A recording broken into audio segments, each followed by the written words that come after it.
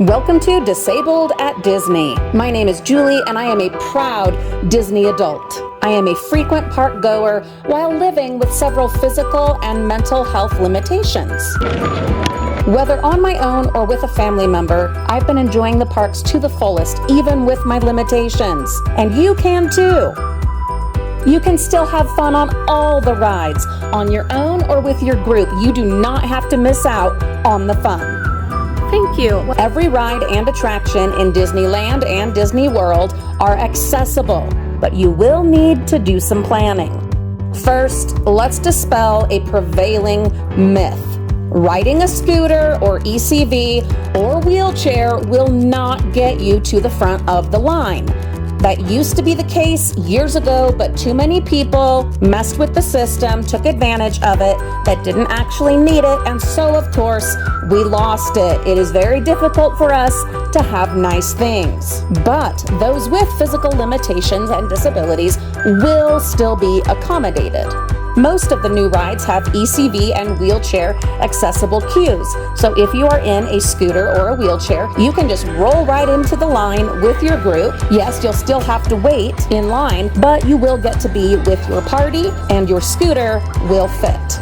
For older rides, such as Peter Pan and Pinocchio, you will enter the ride through the exit. Oftentimes with rides where you do have to enter through the exit, you, the person in the scooter or the wheelchair, along with one party member, will wait at the back entrance or the disabled access, whilst the rest of your party goes through the queue line.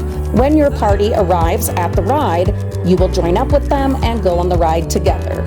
For rides with transfer issues, like Haunted Mansion and Big Thunder Mountain Railroad, you will also enter through the exit and you will go through a specific procedure for getting on and off the ride, depending on your level of physical disability.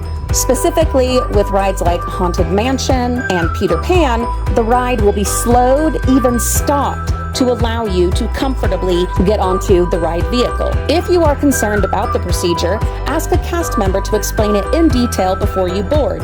Most will guide you through the process anyway. I know that some of you, like me, will initially feel bad about slowing or stopping the ride to accommodate your disability.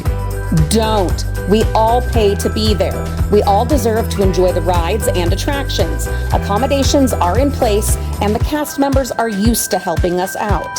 If yours or your party member's disability is not a mobility issue, for instance, if the issue is sensory or another invisible disability or limitation that will keep you or your party member from reasonably managing an average ride queue, set up an online DAS appointment with Disney customer care ahead of your park visit. We won't go into it in this video, but DAS stands for Disability Access Service.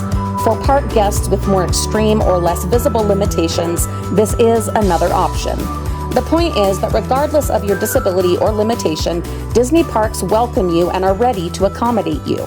Now, obviously, there are physical issues that will absolutely preclude you from riding any or all attractions. Pregnancy, back and neck issues, heart conditions, etc. Be sure to research all ride limitations before the trip so that you know what rides will work for you. But never fear. We have a video coming soon highlighting entertainment that is accessible to everyone.